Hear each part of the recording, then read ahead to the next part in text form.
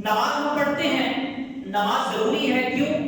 نبی پاک اسلام کی آنکھوں کی ٹھنڈک ہے، اللہ تبارک و تعالیٰ کا حکم ہے، اور اس کی اور بھی بہت ساری توجیحات ہیں۔ اسی طرح توکل ضروری ہے، اس کی بھی علماء کرام نے مختلف وجوہات بیان کی ہیں۔ سب سے پہلی وجہ تو یہی ہے کہ توکل جو ہے، بھروسہ جو ہے، یہ اللہ تبارک و تعالیٰ کی طرف سے حکم دیا گیا ہے، اور اللہ تبارک و تعالیٰ نے اس چیز کا ارشاد فرمایا گیا۔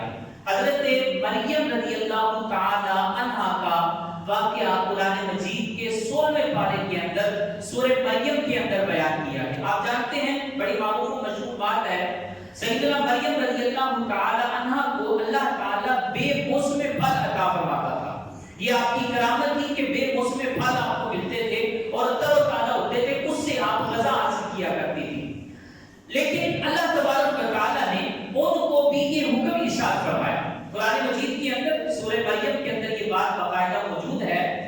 آیات قرآنیہ کا مفہوم عرض کر رہا ہوں کہ اللہ تعالیٰ نے حضرت مریم رضی اللہ تعالی عنہا کو یہ حکم ارشاد فرمایا کہ آپ اس ٹہنی کو پکڑ کے نیچے کریں، آپ اس ٹہنی کو ہلائیں، اور پھر اس کے بعد اس میں سے کھجوریں نکلیں گی، ان کو آپ اپنی غذا بنائیں۔ اب یہاں پر دیکھیے کتنی خوبصورت تعلیم ہے۔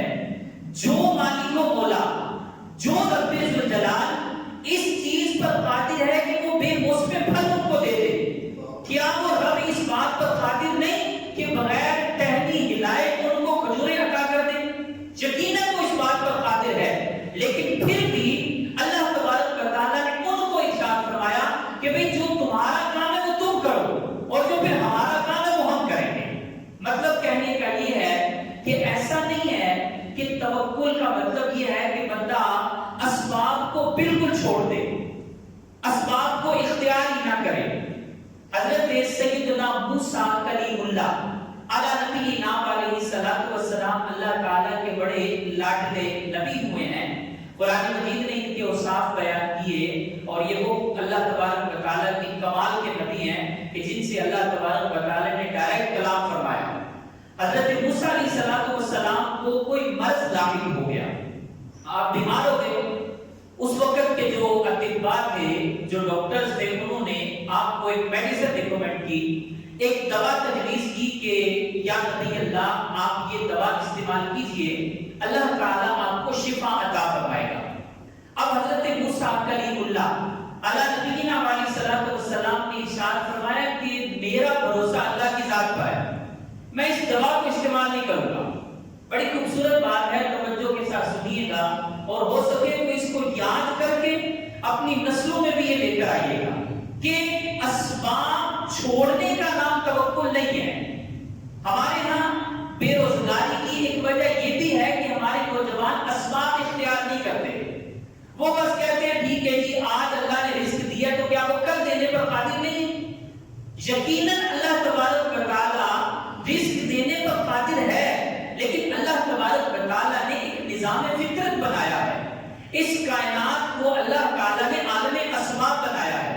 اب سیدنا موسیٰ کلیم اللہ علی نبینا علیہ السلام نے ارشاد فرمایا کہ میں اس دوا کو استعمال نہیں کروں گا، میں اللہ تعالیٰ سے شفا کا طلبگار ہوں۔ وقت گزرتا گیا، اس کے ساتھ ساتھ سیدنا موسیٰ علیہ السلام کا مرض بھی بڑھتا گیا۔ اللہ اکبر، بالآخر جب انتہا ہو گئی، حضرت موسیٰ علیہ السلام نے اللہ تعالیٰ کی بارگاہ میں دست سوال دراز کیا، یا رب العالمین میں تو تیری ذات پر بھروسہ کر کے بیٹھا ہوں، یا اللہ مجھے شفا نصیب کیوں نہیں ہو رہی؟ اللہ تبارک و تعالیٰ نے وہی فرمائی، اے موسیٰ جو دوا تمہیں ڈاکٹرز نے، اطباء نے تجویز کی ہے، پہلے اس کو استعمال کرو۔ حضرت موسیٰ علیہ السلام نے اس دوا کو استعمال کیا، اللہ تبارک و تعالیٰ نے آپ کو شفا یابی دے دی۔ پھر سوال کیا، یا رب العالمین میں نے ساری دنیا کو چھوڑ کر تیری ذات پر بھروسہ کیا ہوا تھا، مالک کو بولا مجھے شفا نہیں ملی، لیکن دوا کھائی ہے تو پھر شفا ملی ہے۔ اللہ تبارک و تعالیٰ نے وہی فرمائی، اے موسیٰ کیا توجہ سے الفاظ سنیے گا، بڑا منفرد جملہ ہے۔